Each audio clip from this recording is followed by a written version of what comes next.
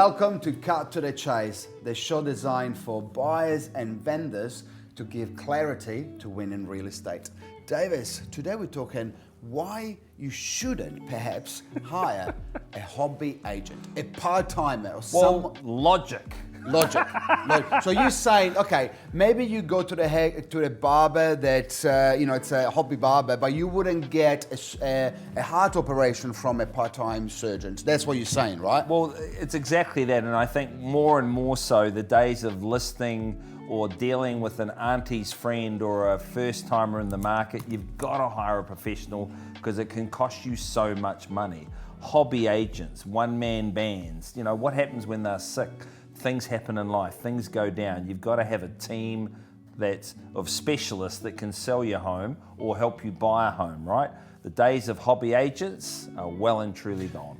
What I heard from there was a team around you.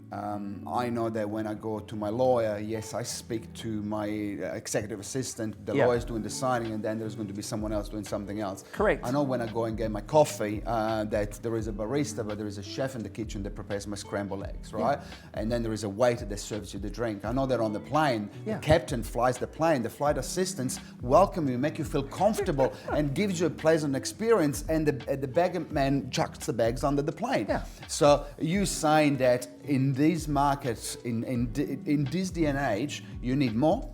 Of course, because here we are doing a podcast today helping the community understand real estate. Your team's out there making the calls to buyers. Your social media person is promoting listings. Your operations person is doing the reports, setting up your open home. So on the weekend, you hit the ground running.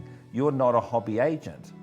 The challenge with the hobby agent as well is, and I respect everyone that gives it a try, but you got to think about this. You are putting your property on the market, arguably one of your biggest assets that is going to change life if it goes well or not. Are you really going to put that in the hands of someone that doesn't have the experience that perhaps they need? Because it's easy when there's a smooth run, and 1 out of 10, they are a very smooth run. The other 9, they are not for whatever reasons, right? Do you want to have that agent put in a position that they're dealing with challenges and potentially issues that could kill the sale, for example, or do you want to give it to someone that does have the experience because they deal on a daily basis? Yes, and it's when we say hobby agent, it's the entire team around that person. You can still be an individual agent in a very good business that has operations, their own social media, their own signage person, all those specific tasks. So one-man bands can still do really well, but yes, look at the entire picture. Is it a quality team? Is it an individual that's got a team around them supporting them? But if they're a hobby agent, a one-man band, tread carefully. So to the mom and dads, they are now thinking about it, and they got 5 agents on the table. Are you telling them, pick the one with more experience, the better marketing, and because they normally will give you a better result? Is that what you're saying? Correct, but also what's the supporting structure around it? If that person goes, like if you went down today, because life can happen. It was my day off yesterday, right? Okay, yeah, but like perfect example, right? If the lead agent goes down, do the wheels keep turning? Yeah.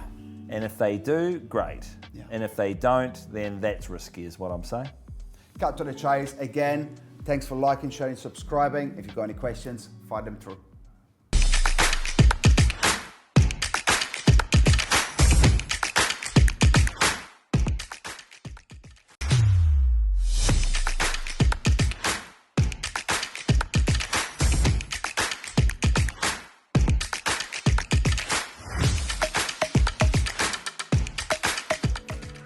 Welcome to Cut to the Chase, the show that is designed for buyers and sellers to give clarity so they can win in real estate. And that's our motto. Of course, and nothing wrong with giving people clarity, getting rid of the murky waters, the unknowns. And look, thank you so much to no one sponsors our show. So the only thing that we're going to be asking you is to like, share, and subscribe. Put a comment. If you find this episode that you enjoyed, got something out of it, put a quick comment. That's the only thing we're going to ask you so that we can continue with Cut to the Chase, episode 191. Can you believe it?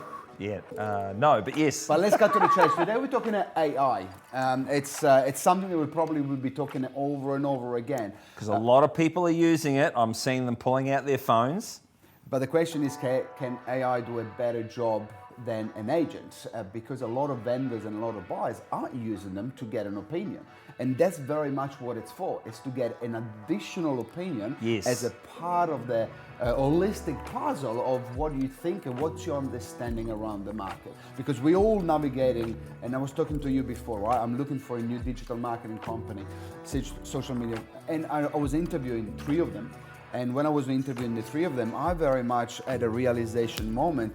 This is how people feel when they're selecting an agent, because I was hearing the right type of things from 3 different people, right? But so obviously vendors and buyers, they're hesitant because unfortunately we don't have the best reputation, which is very disappointing, by the way, right? Well, it's a zero-sum game though, that's always going to happen. Imagine if we had real estate agents that you paid an hourly rate on your expectation to have, but that's another conversation. But yes, can AI sell real estate? It's a tool, but here's the reason why it cannot, Diego, because it cannot close the difference. Owners look at their property with rose-colored glasses. They think of all their collected memories, milestone celebrations, money they've put into their home, you know, the sweat equity, they've spent weekends doing it up. So of course they always have a value that's inflated. Buyers come through and they look at their home in competition and they're looking at all the money they have to spend to make it their own home, hence why there's always a gap. And the key is getting a real estate professional that can close the difference. AI at the moment cannot close the emotional difference. But as well, if you go on whatever platform you use for AI and say, what is the value of this house? It's interesting because you've probably done it on your house. Have you done it? Was it accurate? Was it No. accurate? No, it wasn't. Because my favorite thing at the moment when I do auctions, because they're emotional as well, competition, you can't put a value on human instinct. Like, you know, it's that adage that real estate is not a science, it's an art. 1 + 1 doesn't equal 2. So all the time now when I sell property, I go onto ChatGPT and go, what's this home worth? And it's 10-15% out every time. It's so interesting you say that's a lot of money, right? $1 million, money. that's 150 grand. So potentially, right? But here's what I personally use is, and I truly think that if you are in the market, whether you're buying or selling, use ChatGPT as a second opinion, third opinion, fourth opinion. Great. So this is what I personally do. You put your 10 comparables that you think in a property is compared to, because based on the recent sales, put it all in ChatGPT and ask for an opinion around the comparables and the patterns around the comparables, right? Good because word, patterns, the patterns, because there is always the outliers, but generally speaking, I would say for a 3-bedroom, 1-bathroom in your suburb, they're normally selling within 100 grand apart, right? Yeah. More or less. Generally speaking. That's a lot of money though to a buyer or a seller. It is a lot of money. It is a lot of money. So can AI replace us anytime soon? Absolutely not. We are unreplaceable until you are. Cut to the chase. Like, share, subscribe. We'll see you next week.